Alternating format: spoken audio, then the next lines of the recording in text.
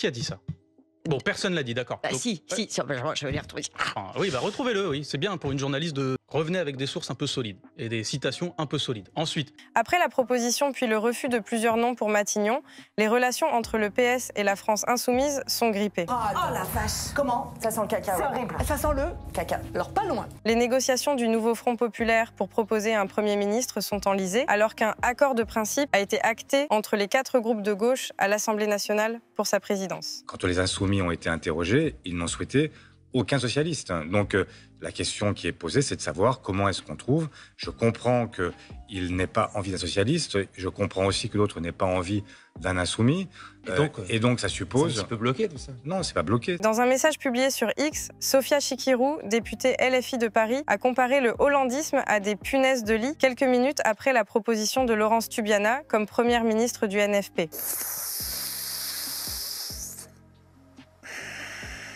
François Ruffin dit « Quand vous lisez le tweet de Sophia Chikirou, vous comprenez pourquoi je me sens mieux en dehors de la France insoumise qu'à l'intérieur. » Elle parle de François Hollande et elle dit le hollandisme, c'est comme les punaises de lit.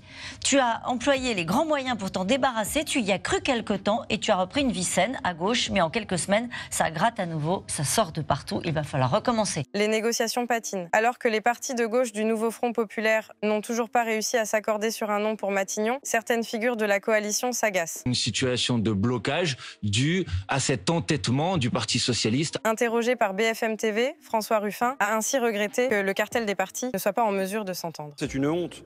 Et nos dirigeants, là, se pas à la hauteur des gens qui ont glissé un bulletin de gauche dans l'urne en y mettant un peu d'espoir. Donc maintenant, il faut en cesser avec les apparatchiks et avec les cartels des partis. Il faut sortir de ça. Et on voit qu'il y a comme un espèce de ping-pong entre la France insoumise et le Parti socialiste. Alexis Corbière, François Ruffin, Clémentine Autain, Andric Davy et Daniel Simonet, les députés frondeurs, exclus de la France insoumise, vont désormais siéger avec le groupe écologiste à l'Assemblée nationale, rapporte BFM TV. Ça n'était pas simple pour des électeurs de gauche de le mettre dans l'urne et pourtant nous l'avons fait parce que nous avons des valeurs et des principes. L'information a été confirmée par Cyrielle Châtelain, l'ancienne présidente du groupe écologiste, et par Clémentine Autain. Est-ce que tout le monde a envie vraiment de gouverner au sein du nouveau Front populaire? J'espère bien, et si certains n'ont pas envie, vont devoir l'assumer.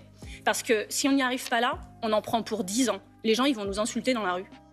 Et même moi, j'ai envie. Alors moi, je le ferai pas, mais j'en pense pas moins. Le nouveau Front populaire va-t-il, enfin, se mettre d'accord sur le nom d'un éventuel Premier ministre, alors que la situation de blocage autour des négociations s'éternise? Il est hors de question de gouverner ou de soutenir une coalition qui aurait un lien quelconque avec la France insoumise. Les députés PCF ont appelé dès mardi, par voie de communiqué, à soumettre au vote des députés la désignation d'un Premier ministre afin de trouver au plus vite une sortie par le haut. En un mois, le Front populaire, j'avais lancé ça quand même, l'idée de Front populaire le 9 juin au soir, en me référant à Léon Blum, à Léo Lagrange, qui en un mois avait permis que les ouvriers connaissent leur premier congé payé et voient la mer. Nous, on n'est pas fichus de donner un nom pour Matignon. Il aura fallu, comme pressenti, un 3e tour pour départager les candidats à la présidence de l'Assemblée nationale. La majorité absolue étant nécessaire pour être élu dès le 1er ou le 2e tour.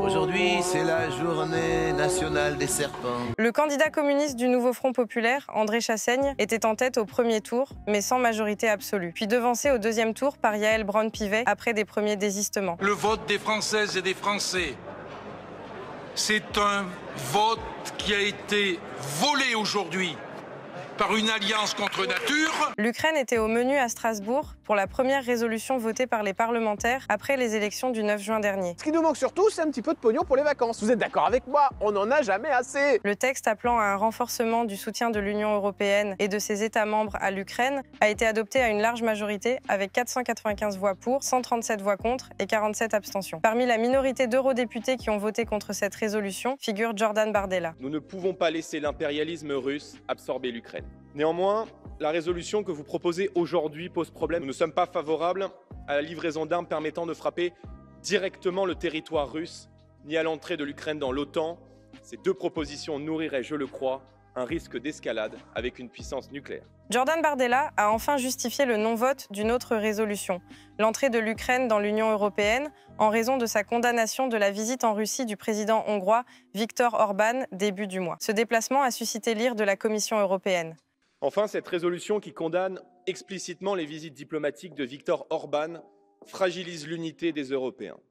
On ne peut pas accuser la Hongrie, partenaire fiable de l'Alliance Atlantique, de vouloir maintenir ouverts les canaux de discussion. La session pour élire les vice-présidents de l'Assemblée nationale a été marquée par une série de péripéties qui ont conduit à l'annulation du vote.